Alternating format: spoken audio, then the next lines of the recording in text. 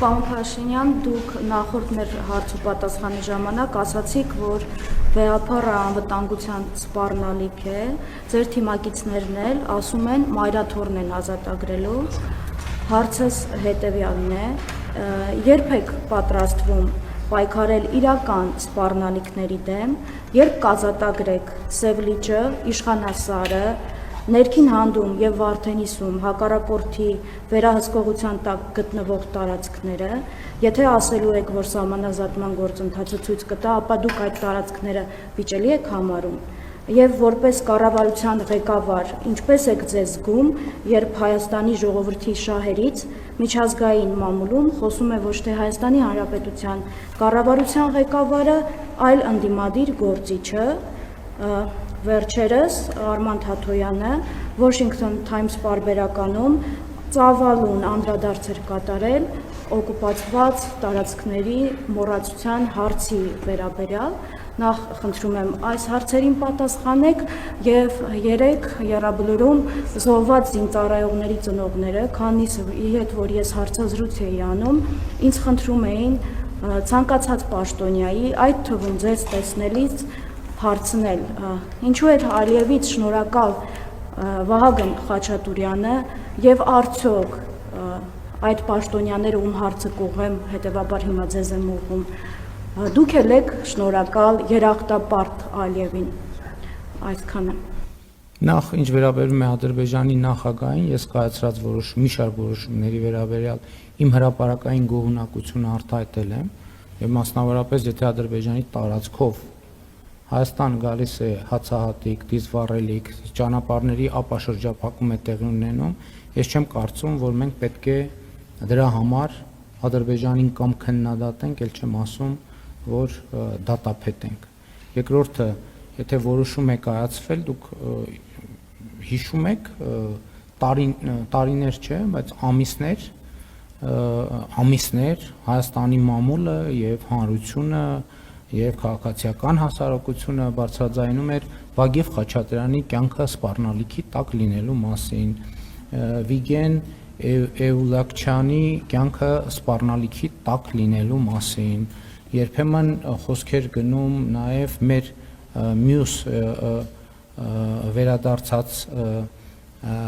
եղբայրների առողջական վիճակի ծանր լինելու մասին, բայց Վագեֆ Խաչատրյանի դեպքում հիմա վերադարձել է ծանր վիրահատության ենթարկվել և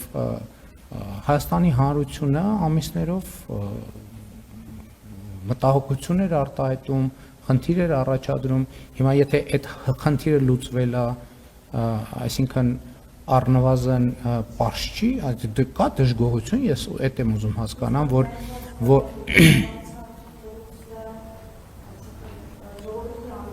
Ես իմ ամանորյա ուղերձում ասել եմ, որ այն խոսույթը, որ Ղարաբաղը մերն էր, այլևս մերը չի, այդ խոսույթը, որը ես էլ եմ ունեցել այդ խոսույթը, այդ աշխարհաքաղաքական թակարդում գտնվող խոսույթ է, ճշմարտությունը այն է, որ Հայաստանի Հանրապետությունը մերը չէր և այլևս մերն է։ Եվ այդ թեման, ես կարծում եմ մենք մեկ ընդմիշտ պետք է փակենք, որովհետև մենք Հայաստանը և Ադրբեջանը պայմանավորվել են Ալմատայի հռչակագրի հիման վրա ճանաչել միմյանց տարածքային ամբողջականությունը և ինքնիշխանությունը, քաղաքական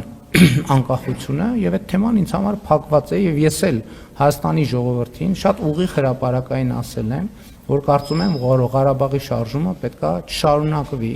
և ես որպես վարչապետ Հայաստանի Հանրապետության որդեգրում եմ այդ գիծը և տանելու եմ այդ գիծը և եթե քաղաքացիները գտնում են, որ սխալ եմ ես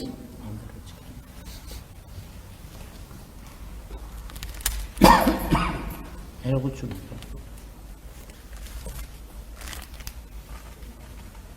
և եթե քաղաքացիները անհամաձայնություն ունեն այդ քաղաքականության հետ, ես կոչ եմ անում, որ նրանք հեղափոխություն անեն, այսինքն ես կարծում եմ շատ վարչապետ չի եղել որևէ երկրում, որ ասի ժողովրդին կոչ անի հեղափոխություն անի, ժողովուրդը հեղափոխություն չի արել, մենք այդ քաղաքականությունը շարունակում ենք, հետևաբար ձեր նշած խոսույթը աշխարհաքաղաքական թակարդում գտնվող խոսույթ է, եւ դա մի խոսույթ է, որը օգտագործվել է այո